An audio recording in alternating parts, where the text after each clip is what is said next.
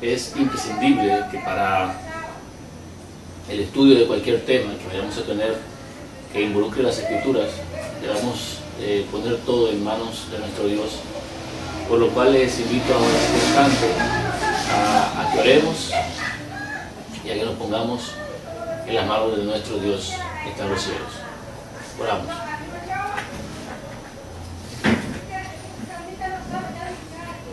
Padre que estás en los cielos, te alabamos, te bendecimos, te damos gracias. En este momento queremos que nos unjas con la presencia de tu Santo Espíritu y que podamos hacer tu voluntad. Queremos, Padre, simplemente que en esta hora nos inundes con el don inefable de la presencia de tu Hijo en nosotros. Sea Él quien guíe todo lo que vayamos a hablar y sea Él quien pueda morar en nosotros para vida eterna. Bendícenos y acompáñanos en el sagrado nombre de tu Hijo amado. Amén.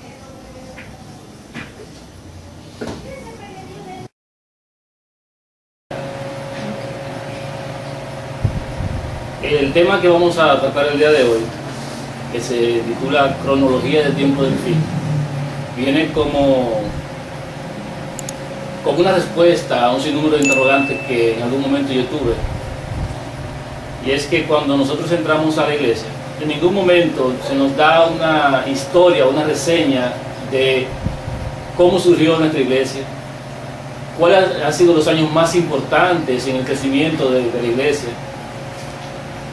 qué cumplimiento profético se dio cuando la iglesia se formó, ni la forma en la que la iglesia ha ido progresando, las cosas que han ido pasando a lo largo de su historia. Nosotros simplemente nos reunimos allí y escuchamos tema tras tema, o entregamos temas sin el conocimiento de nuestra historia. Mi pueblo fue destruido, y cuando él dice fue destruido, la razón por la que ocurre esa destrucción es justamente porque no tiene conocimiento, por falta de conocimiento. Y con esto quisiera iniciar justamente. Yo sé que es importante conocer nuestra historia. Y vamos a leer en Oseas 4:6, y allí dice: mi pueblo fue destruido porque le faltó conocimiento. Por cuanto desechaste el conocimiento, yo te echaré del sacerdocio. Y porque olvidaste la ley de tu Dios, también yo me olvidaré de tus hijos. En Eclesiastés 1, del 9 al 10 nos dice: ¿qué es lo que fue? Lo mismo que será. ¿Qué es lo que ha sido hecho? Lo mismo que se hará, y nada hay nuevo debajo del sol. ¿Hay algo que se puede decir, he aquí esto es nuevo? Ya fue en los siglos que nos han precedido. Justamente esto nos dice que la historia se repite. Y aquellos que olvidan su historia están condenados a repetirla. He procurado poner en oración cada uno de los puntos a tratar en este material que el Señor ha puesto en mis manos, para yo darlo a conocer. Y cada vez que pretendo iniciar con su publicación o su grabación, aparece una evidencia nueva, algo que debo incluir dentro del material, justamente para apuntalar los conceptos bíblicos e históricos que se van a presentar. Estos conceptos van a ser expuestos ahora a la luz de la historia y de las escrituras y de los escritos que se dejaron para nuestro conocimiento. Y esto para poder darle el entendimiento necesario a los que siguen al Cordero de Dios. Eclesiastés nos dice entonces que la historia se repite una y otra vez, y que si no la estudiamos tendremos el peligro de repetir los errores que debieron ser evitados a fin de alcanzar la vida eterna que nos ha sido prometida. En realidad no pretendo con este estudio ni marcar términos de profecía, ni marcar tiempos o fechas puntuales, no pretendo eso, Más bien el objetivo es dar a conocer, analizar y estudiar los acontecimientos que marcan la historia de nuestra redención. Eso marca la cercanía de nuestra redención en realidad. Y si conocemos esos tiempos, pues podremos saber dónde estamos. Para no extender este estudio, en realidad voy a acortar algunas cosas que son evidentes. Nos concentraremos en los momentos y años más relevantes de la historia de la Iglesia Adventista del séptimo día. Solamente en los puntos que tocan para nuestra salvación. Ahora, ¿cuándo inicia el tiempo del fin? ¿Cuándo inicia el tiempo del fin? ¿Sabe alguno de ustedes cuándo inicia el tiempo del fin? 1798. Es importante para cada uno de nosotros entonces comprender la fecha en la que da comienzo el periodo profético denominado el tiempo del fin. Según hemos podido estudiar en el libro de Daniel, este tiempo inicia, como bien han dicho, al finalizar la profecía más, prácticamente al finalizar la profecía más larga dada a un profeta, que son 2300 días. En realidad los 2300 tardes y mañanas se cumplieron en el 1844, pero en el año 1798 fue cuando culminaron los 1260 años que tendría el poder opresor sobre el pueblo santo. Y allí fue en el 1798 cuando se le dio el golpe o la herida mortal a la Iglesia Católica, a ese poder, y fue el pueblo prácticamente dejado libre. O sea, ya no iba a tener esa persecución al dársele ese golpe. Por lo tanto, entonces decimos que en el 1798 se toma como el inicio del tiempo del fin. En el año 1844 se forma la Iglesia Adventista del Séptimo Día. Allí se formó a partir del movimiento milerista adventista. Tengamos en cuenta entonces que la palabra iglesia no representa el nombre o una denominación, sino más bien que iglesia viene del griego ecclesia, que significa llamados. Por lo tanto, la iglesia son todos los que han sido llamados a formar parte del pueblo de Dios, y en el caso de la adventista significa que espera el advenimiento de nuestro Señor y del séptimo día, que cree que aún sigue vigente la ley en la cual se establece que el sábado es el día de reposo, y ese día no ha sido cambiado ni será cambiado.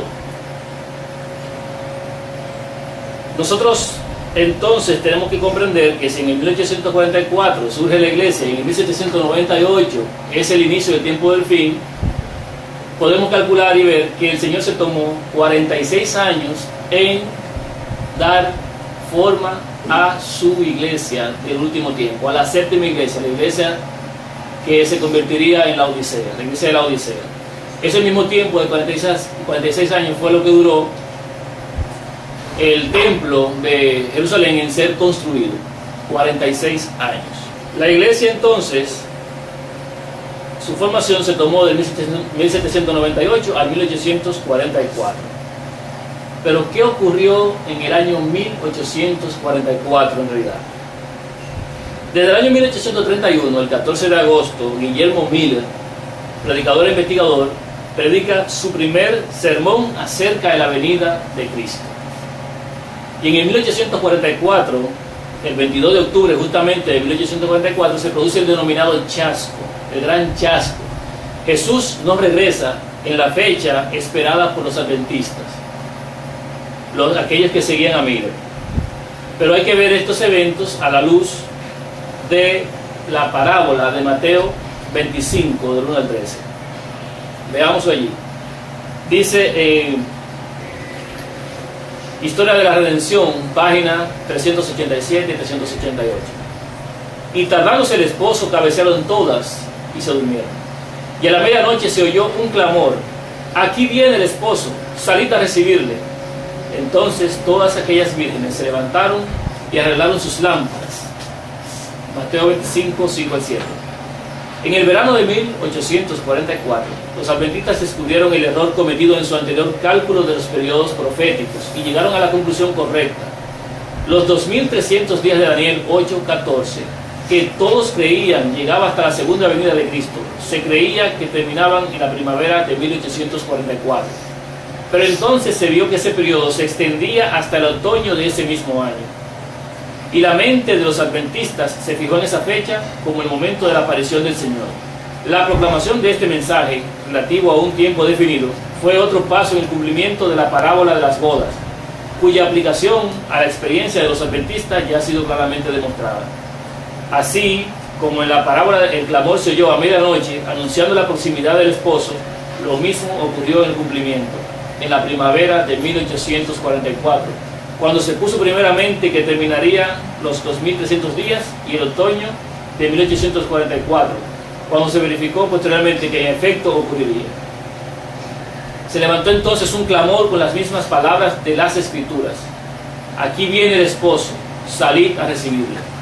Como una marea, el movimiento avanzó por todo el país, de ciudad en ciudad, de aldea en aldea.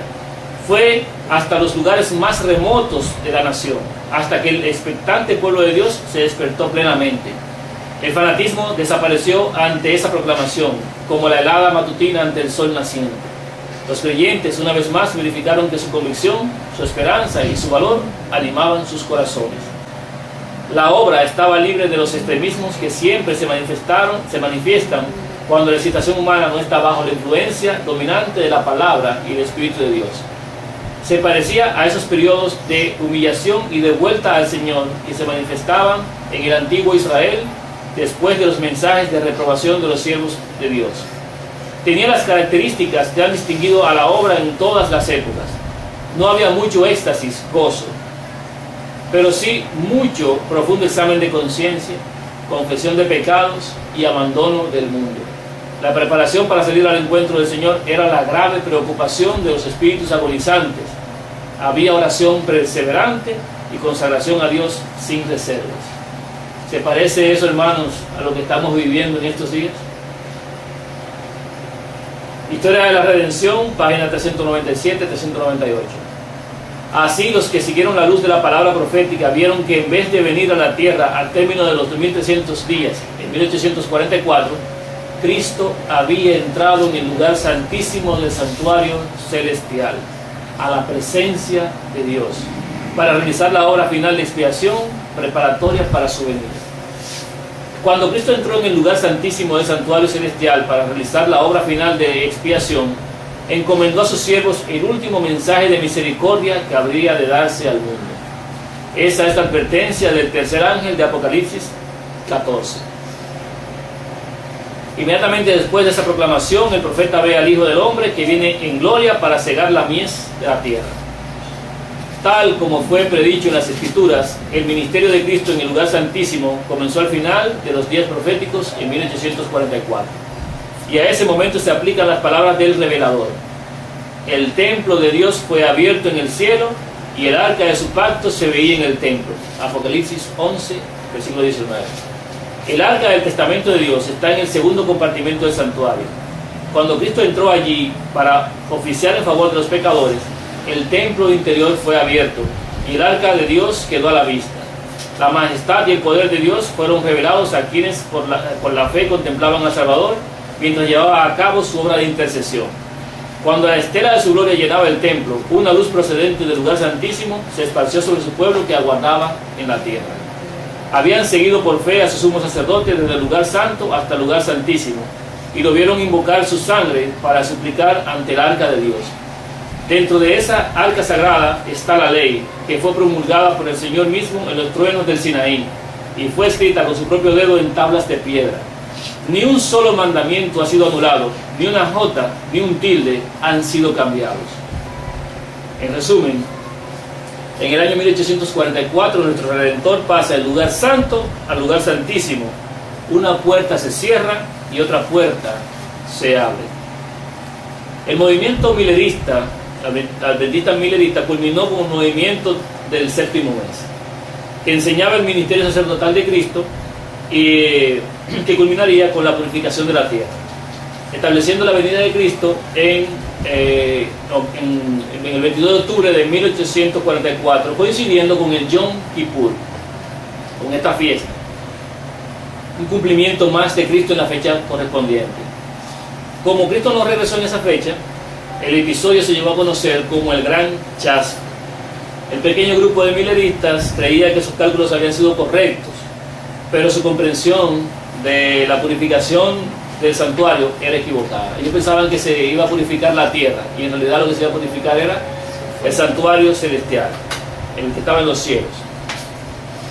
Y esto había dado inicio a lo que es el juicio investigador del mundo, un proceso a través del cual ocurre una examinación de los registros celestiales para determinar quiénes, a través del arrepentimiento de sus pecados y la fe en Cristo, están en condiciones de recibir los beneficios de la expiación, luego del cual Jesús regresará a la tierra. Al pasar el Señor al lugar santísimo, se inició el juicio por los muertos.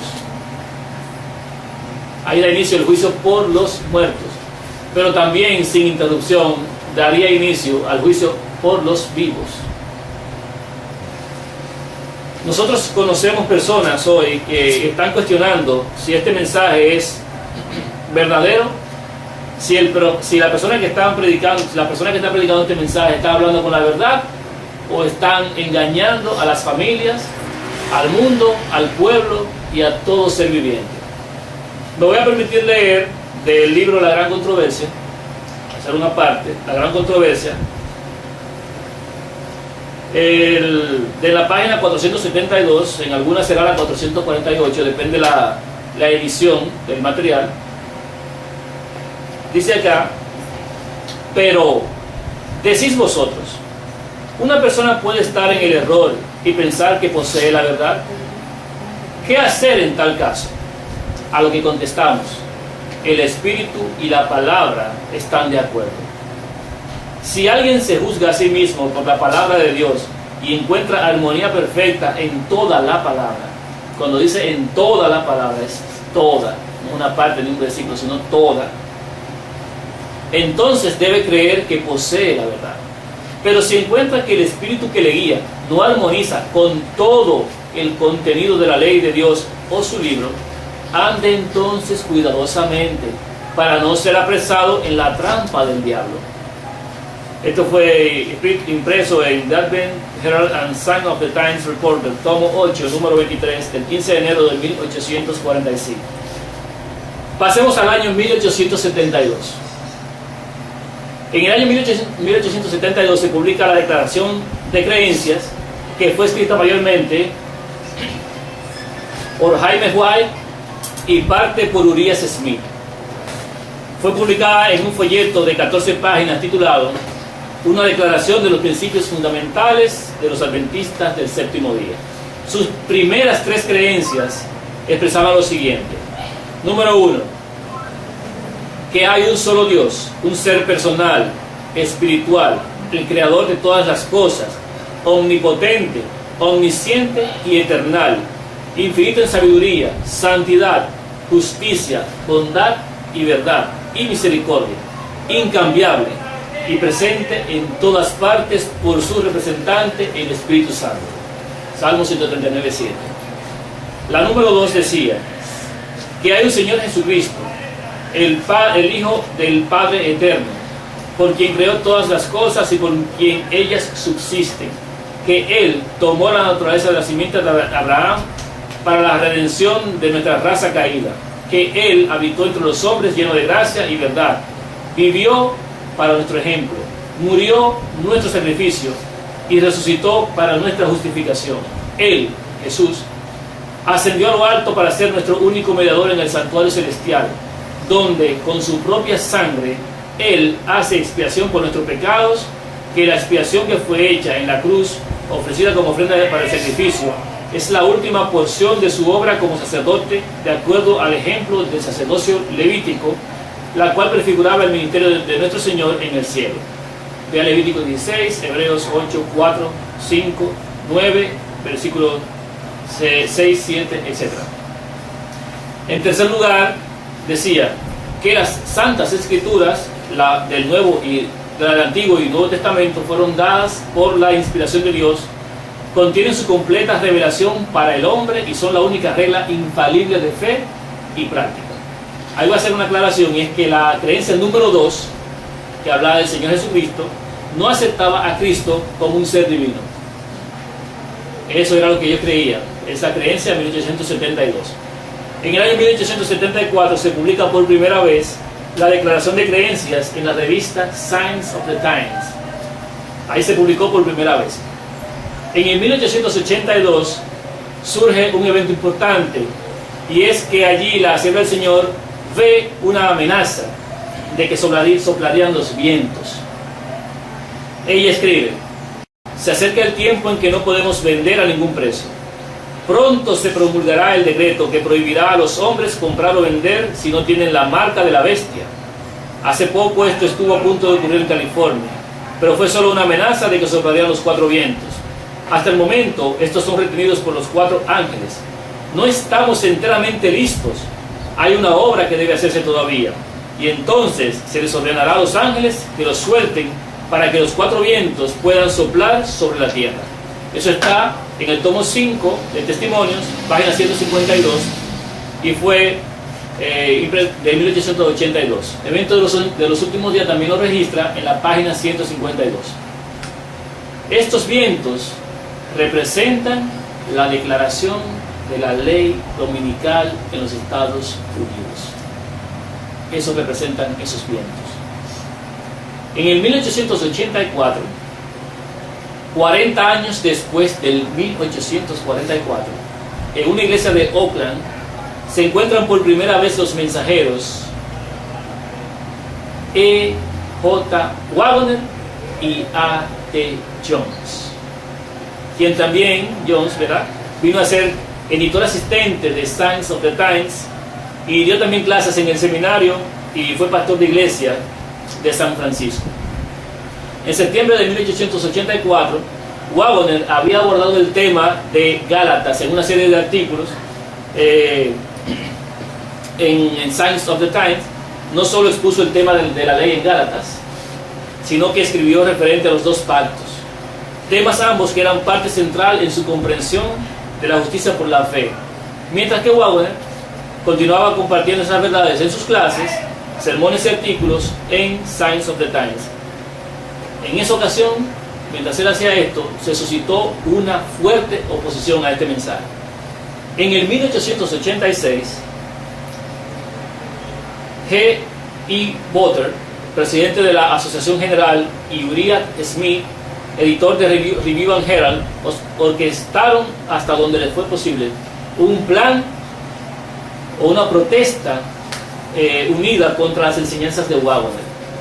Botter procuró incluso buscar el apoyo de Ellen G. White a fin de poner a su término lo que él consideraba una grave herejía.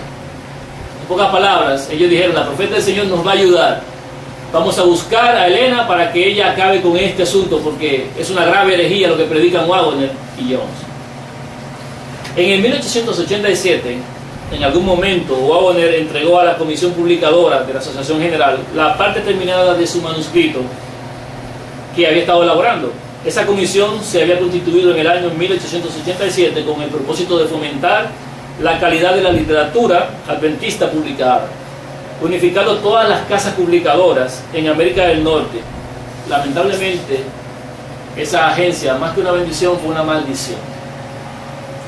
Y sobre esa comisión, Elena White escribió en Mensajes Selectos, página 148, del 26 de octubre de 1896, ella escribió lo siguiente: el comité publicador ha estado siguiendo las huellas de Roma.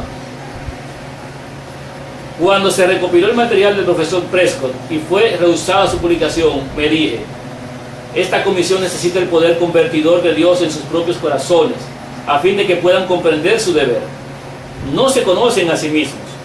Sus ideas no debieran controlar las de otros. Por la luz que el Señor me ha dado referente a los componentes de la comisión publicadora, no saben lo que debieran condenar o aprobar. No conocen la obra de Dios. No son hombres como esos los que debieran influir en la mente de la heredad de Dios. el Espíritu Santo ha de hacer su obra.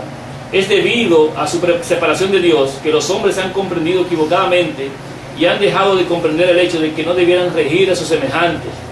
No les toca a ellos condenar o controlar las producciones de aquellos a quienes Dios está empleando como portadores de la luz al mundo. Por su curso de acción han estrechado de tal forma su campo de mira que están lejos de poder ser jueces adecuados. Deben caer sobre la roca, Jesucristo, y ser quebrantados. Amén. Eso habló de esa comisión. Pasemos al año 1888. ¿Qué sucedió en el 1888?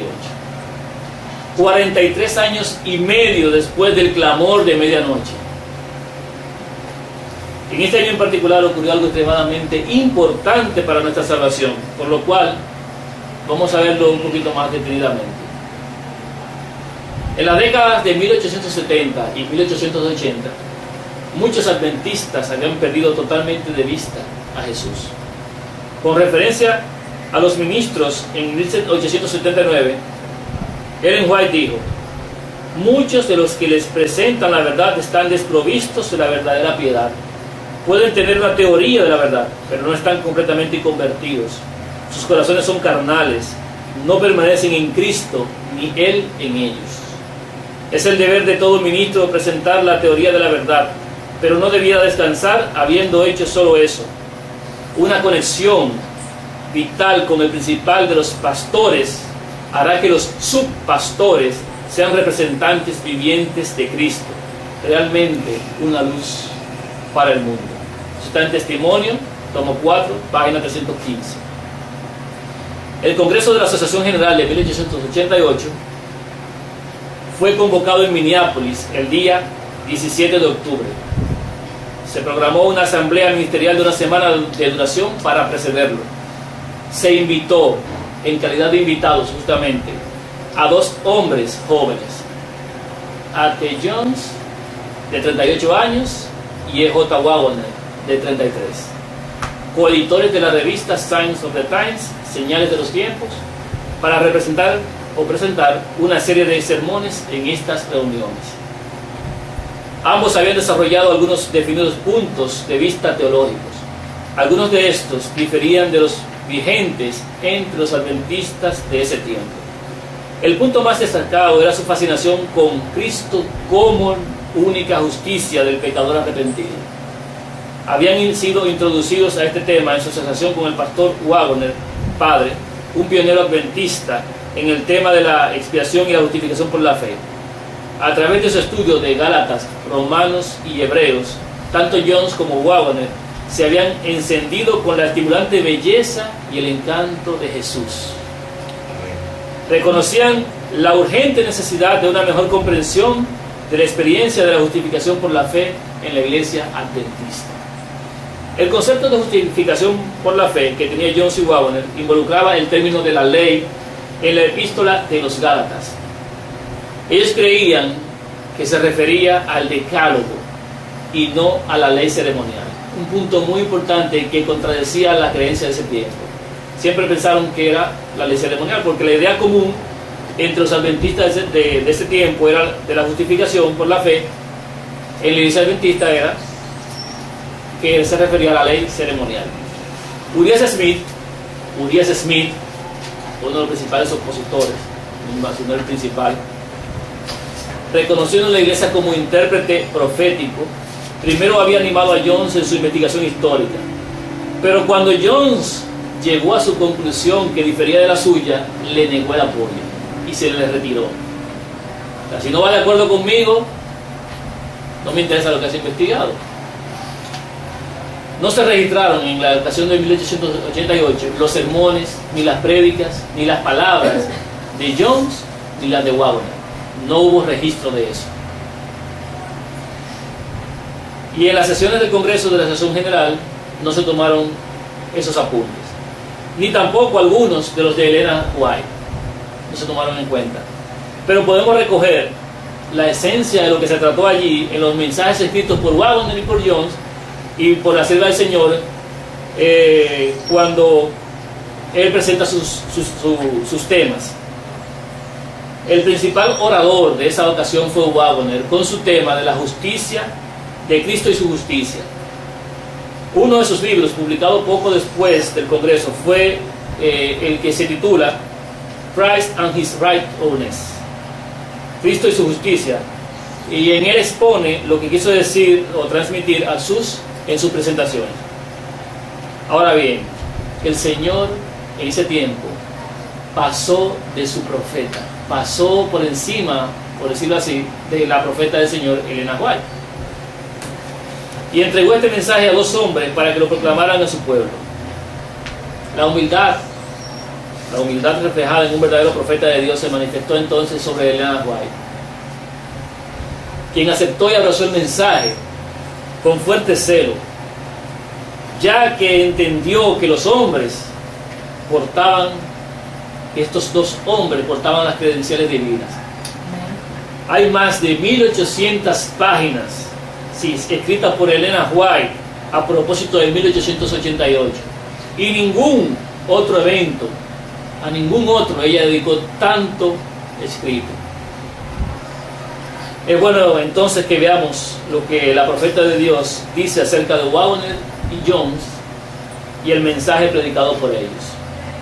Leemos Manuscrito 2 de 1890 de Ellen G. White, 1888 Materials, páginas 608 y 609.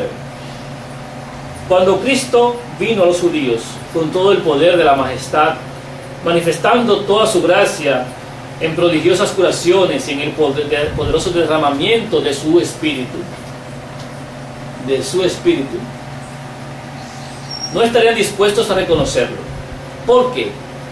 Porque reinaban allí los mismos prejuicios que habían morado en sus corazones, y los más poderosos milagros que hiciera no tendrían efecto alguno en sus corazones.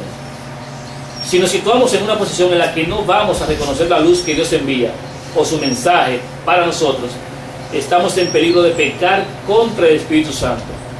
¿Cómo podemos ir en procura de encontrar alguna pequeña cosa que se haya hecho, que nos permita colgar allí alguna de nuestras dudas y empezar a cuestionar? El asunto es, ¿ha enviado Dios la verdad? ¿Ha suscitado Dios a esos hombres para proclamar la verdad? Digo, sí. Dios ha enviado a hombres para proporcionar la verdad que no habríamos tenido si Dios no hubiese enviado a alguien para que nos la trajese. Dios me ha permitido tener una luz en cuanto a lo que es su Espíritu Santo. Por lo tanto, lo acepto. Y no me atreveré más a levantar mi mano contra esas personas, puesto que sería contra Jesucristo mismo, quien debe ser reconocido en sus mensajeros. Amén. Os pido ahora que seáis cuidadosos en cuanto a la posición que tomáis cada uno de vosotros. Si os rodeáis de nubes de incredulidad debido a que veis imperfecciones, veis una palabra o un pequeño asunto, quizá, que puede ocurrir, y los juzgáis de acuerdo con ello, debéis ver lo que Dios está haciendo con ellos y ver si Dios está obrando con ellos. Y entonces tenéis que reconocer el Espíritu de Dios que se revela en ellos. Si elegís resistirlo, estaréis actuando exactamente como lo hicieron los judíos. Esta cita me gusta porque ella dice allí que el Señor le permitió conocer lo que es el Espíritu Santo. Y ahí mismo ella declara, si levanto mi mano contra esos mensajeros, sería contra Jesucristo mismo.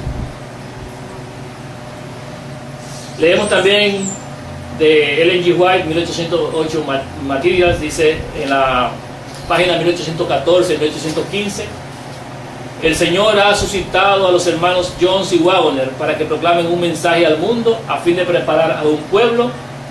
¿Para qué? Dice ella aquí, para que resista en pie en el día del Señor. Amén. El mundo está sufriendo por necesidad de luz adicional que venga a ellos sobre las Escrituras. Proclamación adicional de los principios de pureza, humildad y fe y la justicia de Cristo. Ese es el poder de Dios para salvación a todo aquel que cree. Amén. Amén. Escribió en Review and Herald, 18 de marzo de 1890. Este mensaje, tal como ha sido presentado, debe ir a toda iglesia que pretenda creer la verdad. Queremos ver quién ha presentado al mundo las credenciales divinas. Amén.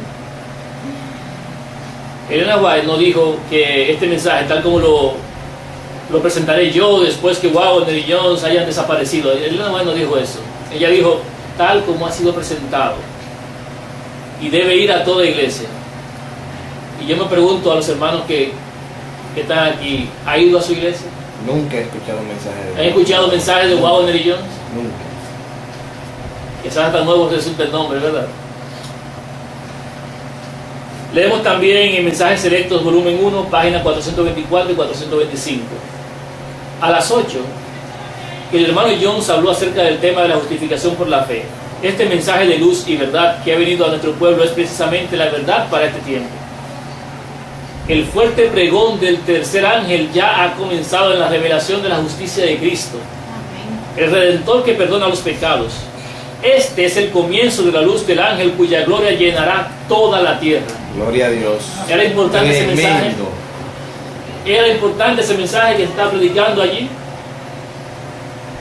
Leemos también Ellen G. White, 1808 Materials, página 977. Sea cuidadoso en cuanto a tomar posición contra el pastor Waggoner. ¿No tiene acaso la mayor evidencia posible de que el Señor ha estado comunicando luz por medio de él? Yo sí la tengo. Dice la sierva del Señor, yo sí la tengo. Siempre, y vamos a leer del testimonio para los ministros, página 93. Siempre ha sido el firme propósito de Satanás eclipsar la visión de Jesús e inducir a los hombres a mirar al hombre, a confiar en el hombre y a esperar ayuda del hombre. Durante años la iglesia ha estado mirando al hombre y esperando mucho del hombre en lugar de mirar a Jesús, en quien se cifran nuestras esperanzas de vida eterna. Por eso Dios entregó a sus siervos un testimonio que presentaba con contornos claros y distintos la verdad como es en Jesús, que es el mensaje del tercer ángel. Amén. Y dice allí que el Señor entregó a sus siervos un testimonio. Testimonio para los ministros, páginas 91 y 92, también dice: este es el mensaje que Dios ordenó que fuera dado al mundo. Es el mensaje del tercer ángel que ha de ser proclamado en alta voz y acompañado por el abundante derramamiento de su espíritu. Amén. ¿Era importante ese mensaje? Y eso fue como el mensaje del tercer ángel. ¿Saben ustedes que faltaba un ángel? De Apocalipsis 18:1, faltaba un ángel, ¿verdad que sí? 1 al 4. Vamos entonces a ver de la historia. En la tercera asamblea bíblica reinó nuevamente un buen espíritu y se afianzó el tono del Congreso de la Asociación General de 1891. Fue en este congreso que la Junta de Misiones Extranjeras, dirigida por Olsen y con W.C. White como secretario, resolvió invitar a Elena de White para que fuera a Australia en el otoño de ese mismo año. Elena de White había esperado que la idea no progresara. Buscó el consejo de Dios, pero no recibió luz de él. Pero algunos de los dirigentes fueron muy insistentes en que fuera. La alentaron diciéndole que no tendría que soportar cargas en Australia, sino que podría dedicarse a escribir. Al no recibir luz específica de Dios, accedió al pedido de la Asociación General. Esto está en Arthur L. White, Ellen G. White, de Australian Years, Elena G. White, Los Años de Australia, en Washington, D.C., en Review and Herald, 1983, páginas 14 y 16. En pocas palabras, hermanos, ¿qué sucedió allí? Me permito ilustrar un poquito. Elena White había abrazado el mensaje de Waggoner y Jones, y estaban ella y ellos predicando este mensaje, porque dijeron, si el pueblo, los dirigentes no quieren el mensaje, entonces vamos a dárselo al pueblo, tal vez ellos lo acepten. Y el pueblo lo empezó a abrazar gozoso, el mensaje. Entonces, los que estaban viendo el progreso de la obra decidieron salir de la presencia de Elena White, y para poderla engañar dijeron que tenía que hacer una obra en Australia, que se fuera allá, que en su campo allá sería mejor, que no tendría preocupaciones ni problemas. Y ella le pidió al Señor que le orientara sobre eso, pero el Señor no le habló, no le dijo palabra a la sierva del Señor, y ella accedió a irse a Australia. Un exilio de 10 años bajo engaño. Y entonces Elena White después se dio cuenta de por qué el Señor no le había hablado en esa ocasión. Dice ella, años más tarde, cuando comprendió por qué el Señor no le había dado luz con relación a la controversia de ir a Australia en 1891, en el 1896 escribió que la gente en Battle Creek sintiera que debía hacernos ir en el momento que lo hicimos fue resultado de maquinaciones humanas, no del Señor. Había un deseo tan grande de que nos fuéramos de Norteamérica que el Señor permitió que esto ocurriera. Los que estaban cansados de los testimonios que teníamos quedaron sin las personas que nos daban. Nuestra separación de Battle Creek fue para dejar que los hombres hicieran su propia voluntad y las cosas a su manera, que pensaban era superior a la manera de Dios. Eso escribió la Asamblea del Señor en 1896. El Señor no le habló porque, bueno, tanto era el deseo del pueblo que no se dijera la verdad, que lo dejó que se perdiera en su desconocimiento. Cuando uno pide algo que no va de acuerdo a su voluntad y lo pide con tanta vehemencia, el Señor sencillamente lo otorga. No es su voluntad, pero... Ahora, ¿cuál fue el mensaje realmente que predicaron Waggoner y Jones? No sabemos, pero ¿qué dice la iglesia que fue el mensaje que se predicó allí? ¿Qué es lo que nos han vendido y nos han dicho? La justificación por la fe. La justificación por la fe. Ahora, ¿qué es la justificación por la fe? ¿Sabe alguien lo que es la justificación por la fe? A los ojos de la iglesia, ¿sabe alguien? Lo predicó Lutero. Lo que predicó Lutero. ¿Esa es la Claro. justificación por la fe, la que predicó Lutero? Acuérdate La que iglesia. Lutero luchó contra las indulgencias Las indulgencias. y entonces demostró que la salvación es por la justificación por la fe y no por la simple. Lutero luchó contra las indulgencias y se consideró que era por la justificación por la fe. La justificación por la fe de la Iglesia Católica no es la justificación por la fe bíblica. Y la justificación por la fe que abrazó la Iglesia Adventista y que tenía abrazada la Iglesia Adventista desde el tiempo de 1888 era la fe de la Iglesia Católica, la justificación por la fe. ¿La cambió? No. Ahora, ¿qué dice la Asamblea del Señor que es la justificación por la fe? Ella dice, en Testimonio para los Ministros, página 456, es la obra de Dios que abate en el polvo la gloria del hombre y hace por el hombre lo que éste no puede hacer por sí mismo. Amén. Eso dice ella. Ahora, ese mensaje de la justificación por la fe, el verdadero, claro está. Y ese mensaje predicado por Waggoner y Jones de la ley en Gálatas y todo lo demás, la justicia de Cristo, fue aceptado por el pueblo adventista en el 1888. No fue aceptado. Podemos leer el mensaje selecto, volumen 1, página 276. La falta de voluntad para renunciar a opiniones preconcebidas y aceptar esta verdad fue la principal base de la oposición manifestada en Minneapolis contra el mensaje del Señor expuesto por los hermanos E.J. Waggoner y A.T. Jones. Suscitando esa oposición, Satanás tuvo éxito en impedir que fluyera hacia nuestros hermanos en gran medida el poder especial del Espíritu Santo que Dios anhelaba impartirles. El enemigo les impidió que obtuvieran esa eficiencia que pudiera haber sido suya para llevar la verdad al mundo, tal como los apóstoles la proclamaron después del día de Pentecostés.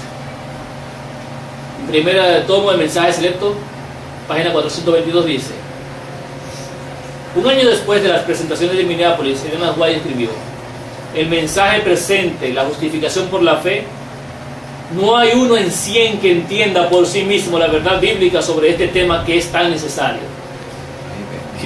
En ese tiempo dice, no hay uno en 100. ¿Cuántos hay en día de hoy que entiendan el mensaje que se está predicando? De tantos millones que hay, ¿cuántos van a entender? No sé. Una minoría. Una minoría, un remanente. ¿Le gustaría le gustaría a ustedes saber cuál era la posición de los dos grandes campeones, Uriah Smith y Jeff Butler, sobre la justificación por la fe y del rechazo al mensaje de la justificación por la fe, tal como lo presentaron Jones y Waggoner? ¿Quieren saber cuál era su posición, la de ellos? Les voy a decir: sostenían que siempre habían creído y aceptado la justificación por la fe. En pocas palabras, yo no quiero la justificación por la fe de Waggoner y Jones. Ya nosotros la conocemos, no nos hace falta, la hemos vivido, la conocemos. No queremos eso nuevo, eso es herejía. Así lo plantearon ellos. En mayo de 1890 hizo referencia a la continuada oposición al mensaje de 1888, primeramente manifestada en Minneapolis. Elena White observó: Cristo ha registrado todos los discursos orgullosos, duros y despectivos dichos en contra de sus siervos como contra él mismo. Señora notó que todo lo que dijeron contra Waggoner y Jones lo dijeron contra él mismo. Eso está en Review and Herald del 27 de mayo de 1890.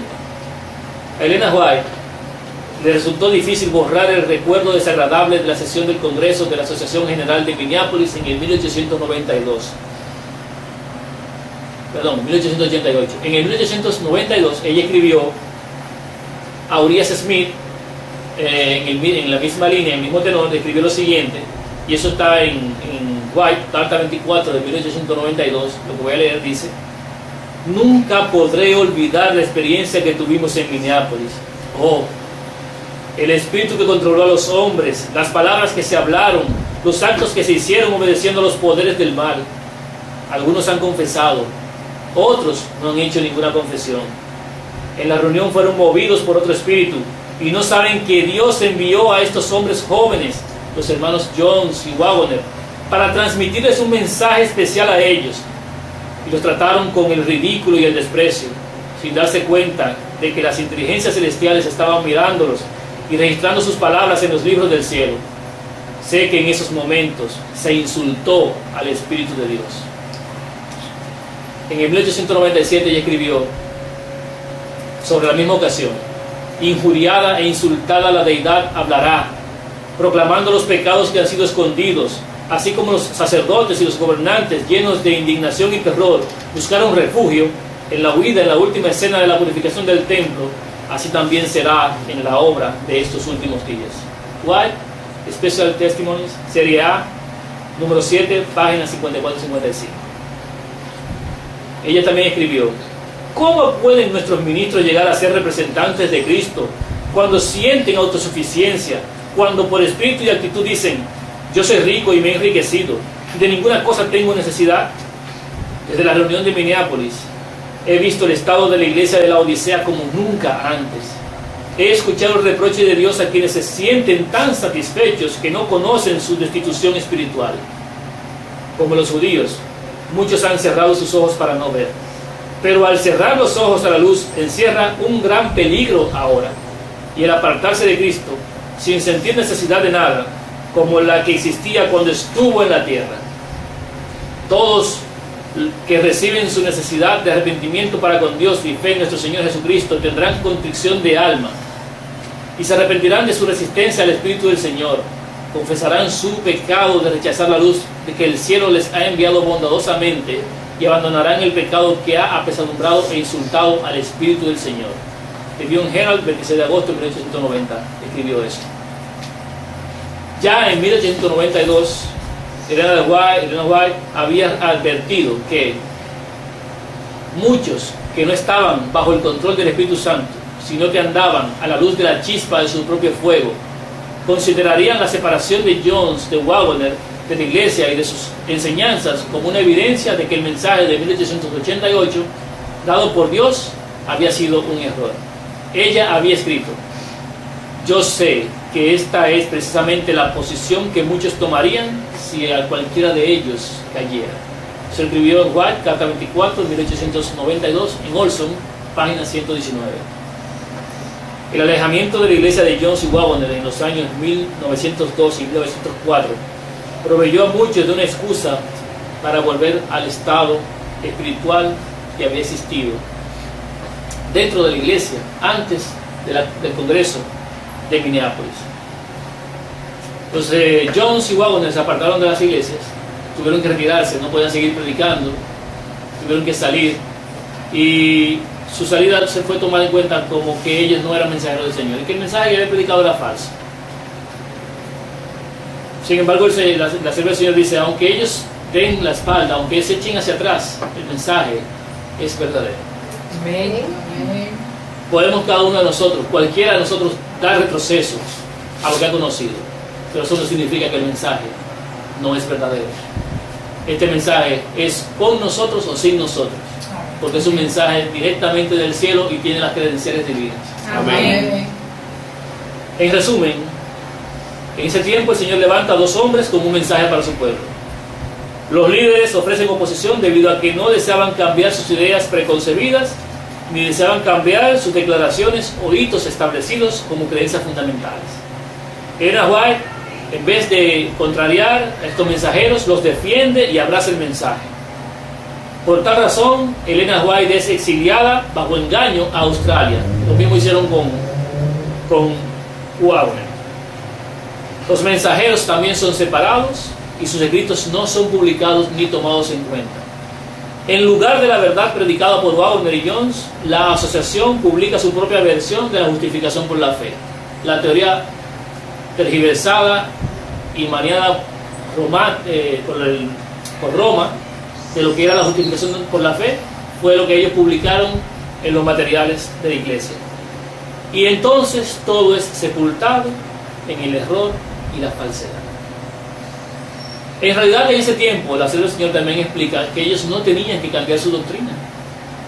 No debían cambiar la doctrina. Interesante, ¿verdad? No había que cambiarla. Solo debían ampliar la luz que ya habían recibido anteriormente. Pero la obstinación, el orgullo fariseo que poseían estas personas les impidió recibir la luz que emanaba directamente del cielo y quedaron ciegos y a expensas de los poderes del mal. Solo debían declarar la divinidad del Hijo de Dios y registrar la obra que efectuaba el Espíritu Santo. Solamente tenían que hacer eso. No quisieron reconocer que Cristo era divino, porque la concepción de ellos, Él no lo era, según su segunda creencia. Cristo mismo en el ser humano. Solamente tenían que decir que era Cristo mismo en el ser humano, convirtiéndose en la esperanza de gloria para el pecador arrepentido. Pero Satanás siempre se ha opuesto a rendirle honor o a que se le rinda honor al amado Hijo del Altísimo. Mucho puede decirse sobre lo que ocurrió entonces en el 1888, pero la intención no es detallar cada instante vivido por los protagonistas de esta fecha. Sin embargo, lo pueden estudiar en los materiales de 1888. Hay una página en internet que se llama www.1888libros.com o libros1888.com. Más bien el propósito es resaltar entonces el mensaje predicado por Wagner y Jones. Eso es lo que tenemos que ver, porque es lo que no conocemos. ¿Qué fue realmente lo que ocasionó el rechazo al mensaje y a los mensajeros? ¿Qué fue lo que no aceptaron los pioneros en su mayoría? ¿Cuál fue la apostasía reinante en el 1888 y en esos días? Leamos algunas citas de A.T. Jones y de E.J. Wagner, y si nosotros o alguno ha visto los materiales que se están publicando, están publicados en la página. Eso lo vamos a leer de E.J. Wagner, Cristo y su justicia, página 5. Escribió Wagner: el verbo existía en el principio. La mente del hombre no puede abarcar las edades que están comprendidas en esa expresión. No le es dado al ser humano el saber cuándo o cómo llegó a ser el Hijo unigénito. Pero sabemos que era el verbo divino, no únicamente antes de que viniera este mundo a morir, sino incluso antes de que el mundo fuera creado. Momentos antes de su crucifixión oró: ahora, Padre, glorifícame a tu lado con la gloria que tuve junto a ti antes que el mundo fuera creado. Juan 17:5. Y más de 700 años antes de su primer advenimiento, su venida fue predicha por la palabra inspirada. Pero tú, Belén, Efrata, pequeña entre los millares de Judá, de ti saldrá el que será Señor en Israel. Sus orígenes son desde el principio, desde los días de la eternidad. Miqueas 5:2. Sabemos que Cristo de Dios ha salido y ha venido. Juan 8:42. Pero fue tan atrás en las edades de la eternidad como para estar más allá del alcance de la mente del hombre. E.J. Wagner, Cristo y su justicia, página 5. ¿Creía este hombre que Jesús era divino? Sí. ¿Creían los pioneros que Jesús era divino? No. Los pioneros rechazaron eso, por lo menos su gran mayoría. Elena White lo abrazó. También escribió en el mismo libro, en la página 16, Poco será necesario reflexionar para comprender si Cristo tomó sobre sí mismo la semejanza de hombre a fin de poder redimir al hombre. Tuvo que ser el hombre pecaminoso al que debió ser hecho semejante, puesto que es al hombre pecaminoso a quien vino a redimir. La muerte no podía tener poder sobre un hombre inmaculado, como lo fue Adán en el Edén, y no hubiese podido tener ningún poder sobre Cristo si el Señor no hubiera puesto en él la iniquidad de nosotros. Más aún, el hecho de que Cristo tomó sobre sí la carne, no de un ser inmaculado, sino de un pecaminoso, esto es, que la carne que él asumió tenía todas las debilidades y tendencias pecaminosas a las cuales la naturaleza humana caída está sujeta. Se ve por la declaración de que fue hecho de la simiente de David según la carne. David tenía todas las pasiones de la naturaleza humana. David dice de sí mismo: en maldad nací yo y en pecado me concibió mi madre. Salmo 51:5. Decía Waggoner entonces que la carne que tomó fue la de pecado, no como predican hoy, que Jesús era antes un ser, como le llamaban ser, un ser humano, mejor dicho, sin pecado en la carne. Dice Waggoner también en el mismo libro: ni tentéis a Cristo, como algunos de ellos lo tentaron y perecieron por las serpientes. 1 Corintios 10:9. ¿Qué prueba esto? Que Cristo era el dirigente contra quien estaban murmurando. Eso queda aún más claro por el hecho de que Moisés se puso del lado de Israel, rehusando ser llamado el hijo de la hija del faraón, y estimó el reproche de Cristo mayor riqueza que los tesoros de Egipto. Hebreo 11:26. Lee también 1 Corintios 10:4, donde Pablo dice que los padres todos bebieron la misma bebida espiritual, porque bebían de la roca espiritual que los seguía, y la roca era Cristo. Amén. Así pues, Cristo era el dirigente de Israel desde Egipto. ¿Hemos visto esta misma declaración recientemente? ¿La hemos visto en algún material reciente? Bueno, pues Waggoner la había ya predicado en 1888. Dice: en efecto, el hecho de que Cristo sea parte de la divinidad, poseyendo todos los atributos de ella, igual al Padre a todo respecto como creador y legislador, es la razón básica del poder de la expiación. Solamente así es posible la redención. Cristo murió para llevarnos a Dios, 1 Pedro 3:18.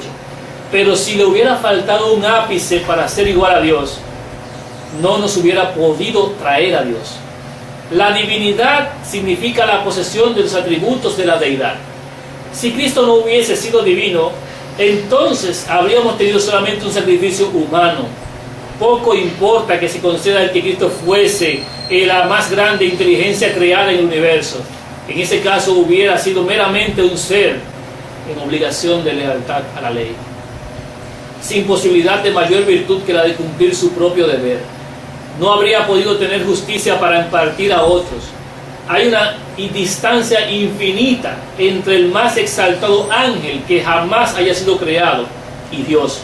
Por lo tanto, el ángel más exaltado que quepa imaginar no podía levantar al hombre caído y hacerlo partícipe de la naturaleza divina. Los ángeles pueden ministrar, pero solo Dios puede redimir.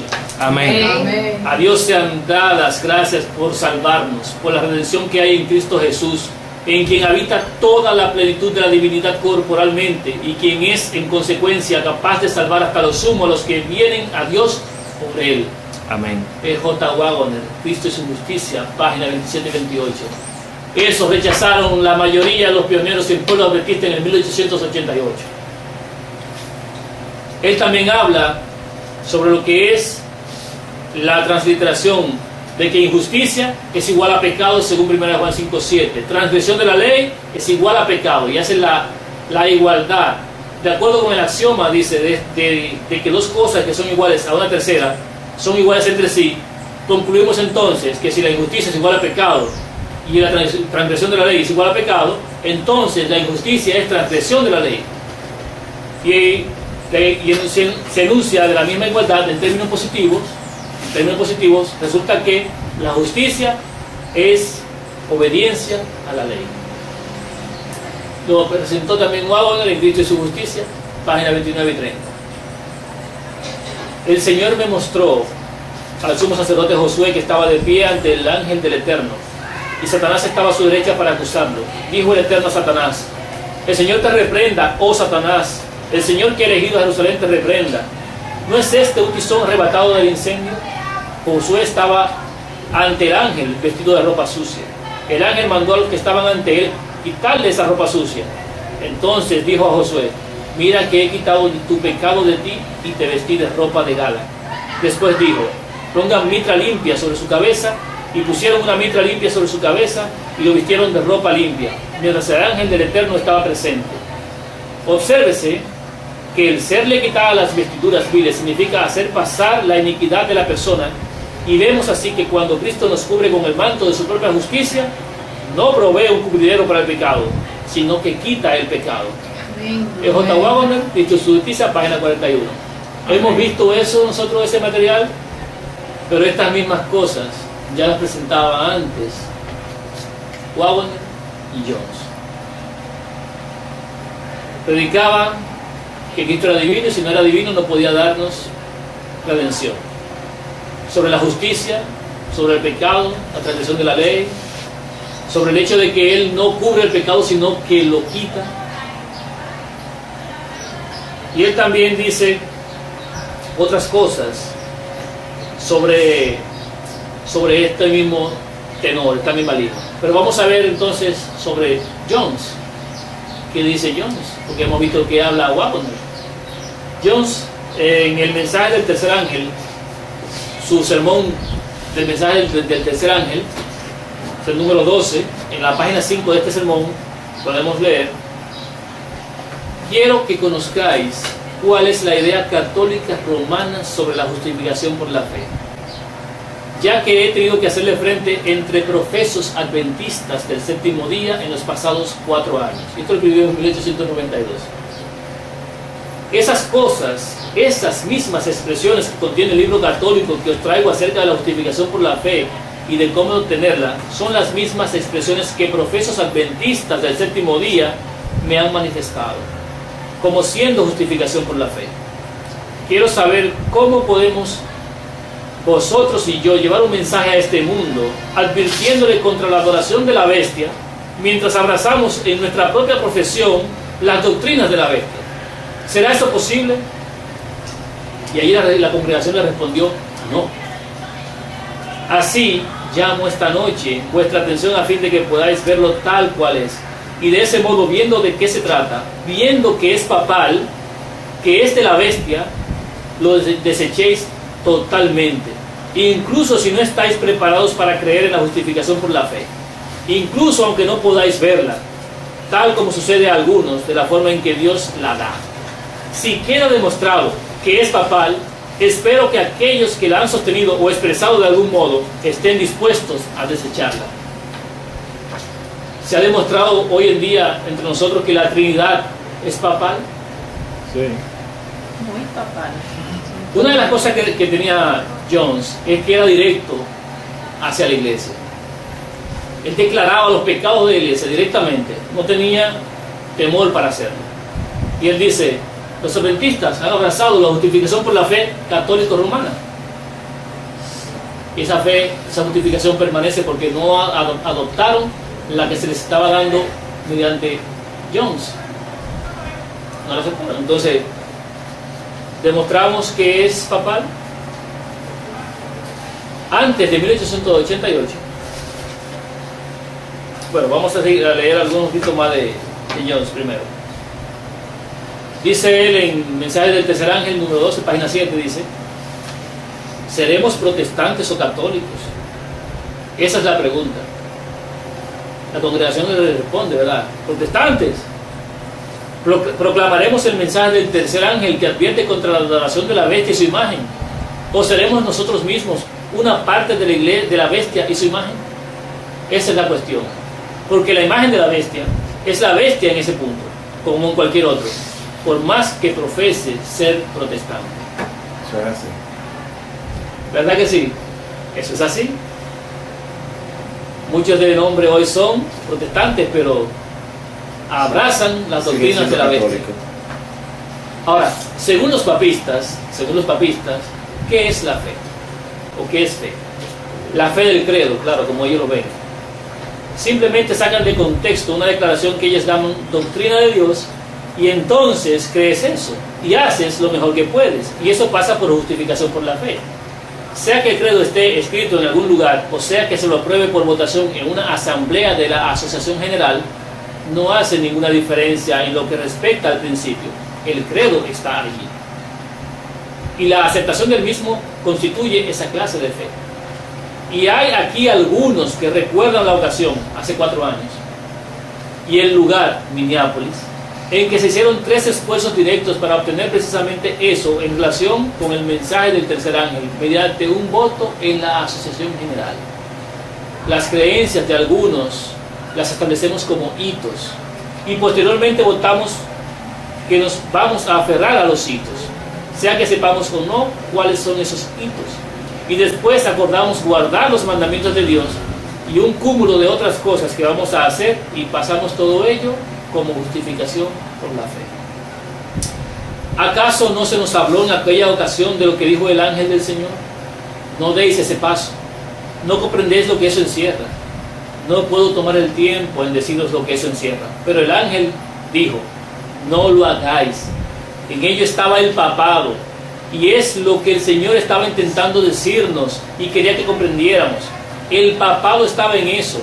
Era como lo ha sucedido en toda otra iglesia que haya salido del papado.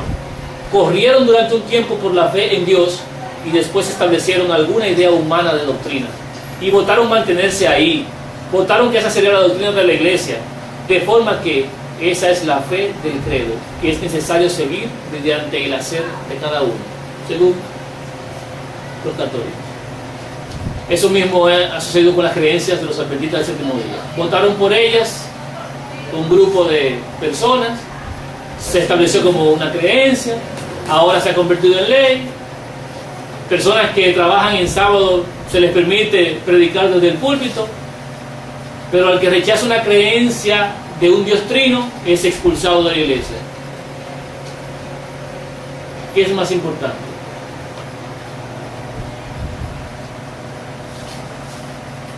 Dice, continúa diciendo, quitará Cristo, dice, quitará esa mente papal de nosotros, ese espíritu endurecido, para poner en su lugar la mente divina, tierna y amante de Jesucristo, que no quiere credo porque tiene a Cristo mismo. ¿Acaso no dijeron los malos espíritus a Jesús que Él era el Cristo? Sí. El diablo, Satanás y sus huestes creen en la existencia y poder de Dios, en que su palabra es verdadera y en que Jesús es el Mesías, el Cristo, el Hijo de Dios. Satanás y sus huestes creen todo lo anterior, pero eso no es fe. ¿Cuánto poder hay en su creencia como para obrar el bien en sus vidas? Absolutamente ninguno. No tienen fe. Pero esa es precisamente la fe católica. ¿No es así? ¿Qué tipo de fe es, pues, la suya? ¿Qué tipo de fe es, pues, la suya? ¿La fe de Satanás? ¿Es todo cuanto es? ¿Es la creencia satánica, ni más ni menos? Sin embargo, el papado lo hace pasar por fe. Y cualquiera que lo da por fe es papista, aunque pueda hacer profesión de ser adventista del séptimo día. Y estas son mis palabras, son las palabras de A.T. Jones en el mensaje del tercer ángel, volumen 12, o número 12, páginas 8 y 9. Es papista, aunque diga ser adventista del séptimo día. Aunque Wagner y Jones no tuvieron plenamente el mensaje sobre la deidad, y es bueno que lo sepamos, ellos no tuvieron ese mensaje completo, ya que ellos entendían que el Espíritu Santo era tanto el Espíritu del Hijo y el del Padre unidos en el mismo Espíritu. Ese conocimiento de ellos significó un gran avance en el conocimiento del Padre y el Hijo, expresado o solicitado en Juan 17:3. Ellos avanzaron en el sentido de reconocer la divinidad de Cristo y su obra por la redención del ser humano caído. Ese fue el avance, más nada. Los primeros tenían que Cristo era el Hijo de Dios, pero no creían que era divino. Lo único que tenían que hacer en ese tiempo era sencillamente aceptar que el Hijo de Dios tenía la misma naturaleza que el Padre, que era divino, y por esa razón podía redimirnos. Solo eso. Pero no lo aceptaron porque eso Satanás no lo quería. Y negaron todo el mensaje. Antes de 1888, los pioneros creían que todo lo que Cristo efectuaba lo hacía por el Espíritu Santo del Padre a través de Él. O sea, Cristo no es divino, sino que a través de Cristo, el Espíritu Santo del Padre se manifestaba al ser humano, y todo lo hacía por el Espíritu Santo del Padre. Cristo no era divino para ellos. Luego llega Waggoner y Jones y dicen, no es por el Espíritu del Padre solamente, sino que Cristo también comparte ese Espíritu porque Él también es divino. Ya hay una comprensión diferente, avanzando. Luego los mensajes de Waggoner y Jones se puso en discusión, en ese tiempo, la divinidad de Cristo. Eso se puso en discusión. Algo que los pioneros en su mayoría no aceptaban, puesto que para ellos existía un solo Dios, un único Dios, el Padre. Y Cristo, aunque era hijo, para ellos no era divino. Sin embargo, aunque el cambio fue significativo en cuanto a exaltar a Jesús en el lugar que le correspondía como igual al Padre, los pioneros no cambiaron su postura, ni los puntos de doctrina anteriores, y se limitaron a atacar el mensaje de los mensajeros. Por su lado, la comprensión del Espíritu Santo no avanzó en ese tiempo, y los pastores Waggoner y Jones predicaban que era el Espíritu que representaba tanto al Padre como al Hijo, entendiendo así que a través de ellos fluía el mismo Espíritu. Más adelante se procuró oscurecer más el entendimiento sobre quién es el Espíritu Santo, y esta obra del enemigo cobró mayor fuerza en el año 1893, cuando surgió Kellogg con su doctrina de la Trinidad con mezcla del panteísmo, que involucraba que el Dios era el árbol y que estaba en la naturaleza, y que las ramas eran las que fluía, sabe, el Espíritu Santo, y un sinnúmero de cosas de que el Espíritu Santo vivía y Dios vivía y se manifestaba y la presencia de Él estaba en todas partes y en todas las cosas. Esa doctrina papal causó estragos en las filas adventistas en el 1888, 1893, 1931, año 2000, 2008 y hoy, en el 46. Podemos constatar esta realidad, aunque no lo manifieste desde un púlpito a los miembros de iglesia. Los líderes adventistas actuales reconocen que el tema central de la asamblea en Minneapolis fue la Trinidad. Ellos reconocen que allí se trató lo que era la Trinidad. Ese bebé en pañales que la Iglesia Católica Romana estaba dándole vida dentro del seno adventista. Y por lo tanto, rechazaron todo lo que provenía del cielo. Y es interesante escucharlo de labios de uno de los teólogos más influyentes de la Iglesia Adventista del Séptimo Día. Y por eso citamos al teólogo Ángel Manuel Rodríguez, que tiene un doctorado en teología, PhD en Andrews University desde 1992, comienza a trabajar para el Biblical Research Institute, por sus siglas BRI, de la General Conference of Seventh-day Adventists, y desde el 2002 él es el director de este instituto.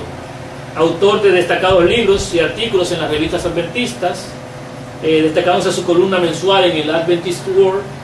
Fue director de la Antilian College y vicepresidente académico del Southwestern Adventist University. Esa información la pueden encontrar en Wikipedia, la página, publicada ahí. El doctor Ángel Rodríguez fue elegido el 27 de septiembre del 2001 para dirigir el Instituto de Investigación Bíblica, un grupo de eruditos bíblicos localizados en la oficina principal mundial de la Iglesia Adventista del Séptimo Día en Silver Spring, Maryland, Estados Unidos. Y él expresa justamente que lo que se trató en el 1888 fue la Trinidad. El conflicto sobre la doctrina de la Trinidad se inició no hace mucho, probablemente 8 o 10 años en Norteamérica. Y se origina porque un grupo de laicos adventistas descubrió que la mayor parte de los pioneros eran antitrinitarios. La vasta mayoría de nuestros pioneros eran antitrinitarios. Estos pioneros vinieron, un gran número de ellos vino de un sector del cristianismo, un grupo protestante, que era antitrinitario. Así que muchos de ellos trajeron esta idea de que la Trinidad era una invención católica y que debía ser rechazada. Y esto, los pioneros nuestros nunca se sentaron a estudiar si esto era así o no. Ellos lo trajeron con ellos. Pero hubo un momento en que el Señor forzó a nuestros pioneros a discutir el tema de la deidad. Y eso fue con relación, y en los años posteriores, anteriores y posteriores, a la sesión de la Asociación General en Minneapolis en el 1888. La sesión de la Asociación General en Minneapolis en 1888 es una sesión muy importante. Esa es la ocasión en que la Iglesia estudia el concepto de justificación por la fe, la obra redentora de Jesús, en un detalle es la expiación de Jesús. Y una vez que usted comienza a estudiar este tema, la pregunta que va a surgir casi de inmediato es: ¿cómo pudo Jesús salvarnos si Él era una criatura?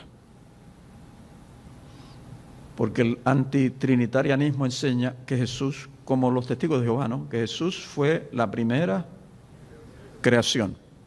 Estaba Dios solo y entonces Él hizo a Jesús. De manera que la vida de Jesús es una vida derivada de Dios, como la suya y la mía, derivada. Pero cuando usted comienza a estudiar la doctrina de la expiación, cómo Dios salva al ser humano, usted tiene que contestar la pregunta: ¿cómo Jesús, si era una criatura, podría salvarnos, darnos vida a nosotros? Y eso lo tuvieron que confrontar nuestros pioneros. Y comenzaron a darse cuenta que estaban equivocados al describir a Jesús como una criatura. ¿Por qué? Porque una criatura no puede darle vida eterna a otra criatura. Es sencillamente imposible. Entonces usted tiene Jesús en el Evangelio de Juan. Jesús es la vida. No es que Él tiene vida, es que Él es la vida. Y como Él es vida, Él puede dar su vida para que nosotros tengamos vida eterna. O sea, la Iglesia, los pioneros se vieron forzados a concluir que estamos equivocados. Jesús es divino, de la misma naturaleza con el Padre. Y a partir de 1888, la Iglesia se embarca en una serie de estudios acerca de la Trinidad. Y el Señor, por medio de los escritos de la señora White, comienza a hablarle a la Iglesia y a testificar acerca de la deidad de Jesús y de que Jesús tenía vida en sí mismo, no derivada. Esto es nuevo en el adventismo en esa época. Esto no es lo que los adventistas enseñaban. Pero allí están ellos estudiando la Biblia, encontrándolo en la Biblia, y entonces el Señor, por medio del Espíritu de Profecía, les está diciendo: esto es así. Le preguntamos al doctor Ángel Manuel Rodríguez: ¿cuándo se incorporó la Trinidad en las creencias adventistas? ¿Cuándo fue que se incluyó esa doctrina en la Iglesia? Y el debate continuó, y alrededor de los 1930-40, esta enseñanza se establece firmemente en la Iglesia adventista, cuando las creencias fundamentales se están reescribiendo en el 1980, durante la sesión de la Asociación General, se introduce una enseñanza sobre la Trinidad. ¿Es esta doctrina la misma que profesan los católicos? Nuestra doctrina de la Trinidad no es la doctrina católica. La doctrina católica de la Trinidad usa los mismos textos que nosotros utilizamos, pero utiliza la filosofía griega para poder explicar, para tratar de explicar la unidad de esencias y de funciones dentro de la deidad. Nosotros no hacemos eso. Nosotros sencillamente decimos: esto es lo que la Biblia dice, y no tratamos de especular en el misterio. Entonces le preguntamos al doctor Ángel Manuel Rodríguez: ¿qué es la Trinidad adventista? Si no es la misma Trinidad católica, ¿qué es la Trinidad adventista? Es decir, es el misterio entre un Dios y una pluralidad en el misterio de ese Dios. y nosotros como adventistas afirmamos ese misterio, no me pida que lo explique. Yo no puedo explicarlo, yo no sé qué es. Los católicos dicen lo mismo sobre la Trinidad. No saben lo que es. No saben lo que es. Ahora yo le pregunto también a la doctora Manuel Rodríguez, ¿llegaremos a entender ese misterio? ¿Cómo lo explicaría usted? El misterio de la Trinidad es maravilloso. No lo vamos a entender jamás, no tenemos un modelo para entenderlo. Cuando usted piensa que Dios es uno y punto, usted está hablando de algo que usted no sabe lo que es. Es uno, pero es uno en misterio. Él sería como, si nosotros, quizás le suene fuerte si yo digo esto, pero cuando insistimos en que punto es uno y se acabó, es como si estuviésemos diciendo es unicelular, una sola célula. Y el único ente vivo que nosotros conocemos que tiene una sola célula es, ¿cómo que se llama? La amiba, creo que es. Y es tan pequeñito, ¿no es cierto? Pero usted se mira a usted mismo y es multicelular. El misterio de todas estas dimensiones del ser humano. ¿Cómo será el ser divino? Tiene que ser una cosa majestuosa.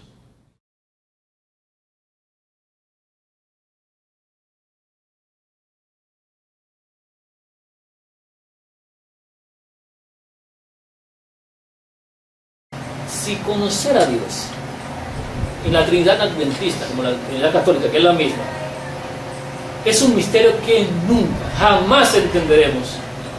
Nunca vamos a conocer a Dios, porque es un misterio. ¿Quién se podrá salvar? Ya que nadie cumplirá con el requisito rígido, establecido, indispensable, expresado en Juan 17:3.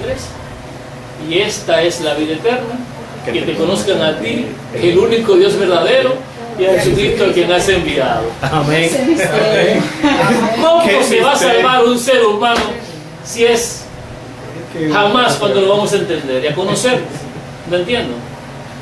Bueno, todos los que sigan creyendo eso, miren a ver cómo se salvan. Les ruego que procuren conocer. Amén. Porque ese misterio ha sido revelado. Gloria a El Dios. misterio que ha estado oculto en los siglos antes ha sido revelado a nosotros hoy. Amén. Amén. Y ese misterio es Cristo en vosotros, Cristo en vosotros, La esperanza de amén. Amén. Gloria a Dios.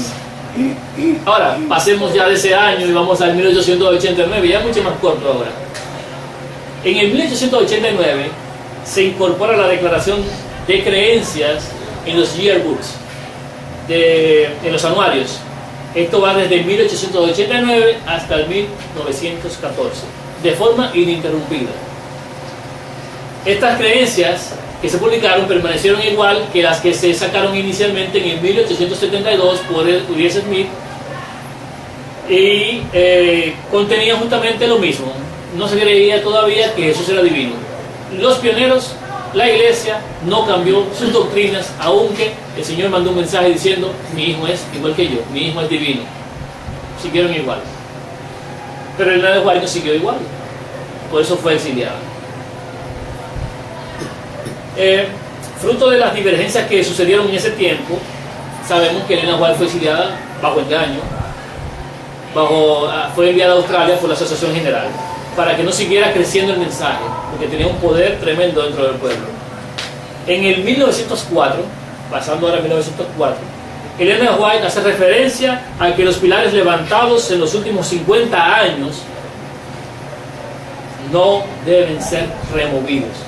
Los pilares levantados fueron con oración, ayuno, mucha lectura de las Escrituras, y esos pilares no debían ser cambiados. Pero, ojo, los pilares que no debían ser cambiados eran los que ella reconocía como portentos, como mensajes enviados del cielo. No todos tenían la misma comprensión. Dice a ella, ni uno en 100.